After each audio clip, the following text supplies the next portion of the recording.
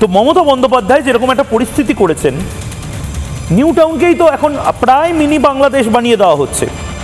আমি তো বলবো নিউ টাউনের সেই সমস্ত ফ্ল্যাট বাড়ির বাসিন্দাদের যারা ভাবেন যে আপনি স্মার্ট সিটি, হাইপার সিটি, অমুক সিটি, তমুক সিটি বলে বিভিন্ন উৎকর্ষ শহরতলিতে থাকছেন, অবশ্যই থাকতে পারেন, কিন্তু তার পাশাপাশি আপনার চারপাশে হয়তো রোহিঙ্গা থাকছে, আপনার চারপাশে হয়তো বাংলাদেশি অনুপ্রবেশকারী থাকছে, যারা খুলনা থেকে নিউ টাউন কোনো কাগজপত্র ছাড়া কি সহজে ঢুকে পড়তে পারে।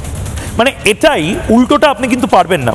ধরুন আপনার খুলনা যেতে ইচ্ছা করলো, আপনার যশোর যেতে ইচ্ছা করলো, সেন্ট মার্টিনস আইল্যান্ডে আপনার একটু রিল্যাক্স করতে ইচ্ছা করলো, আপনি পারবেন না যদি আপনার কাছে ভিসা না থাকে, পাসপোর্ট না থাকে। যে কোনো সভ্যভদ্র দেশে, যে কোনো সভ্যভদ্র মাইগ্রেশনে যে জিনিসগুলো দরকার হয় সেই সমস্ত জিনিস ছাড়াই কিভাবে আপনার চারপাশে কিলবিল কিলবিল করছে অনুপ্রবেশকারীরা, কিলবিল কিলবিল করছে বাংলাদেশিরা, ঠিক ঠিক করছে বাংলাদেশি অনুপ্রবেশকারীরা, কিছু বলার নেই।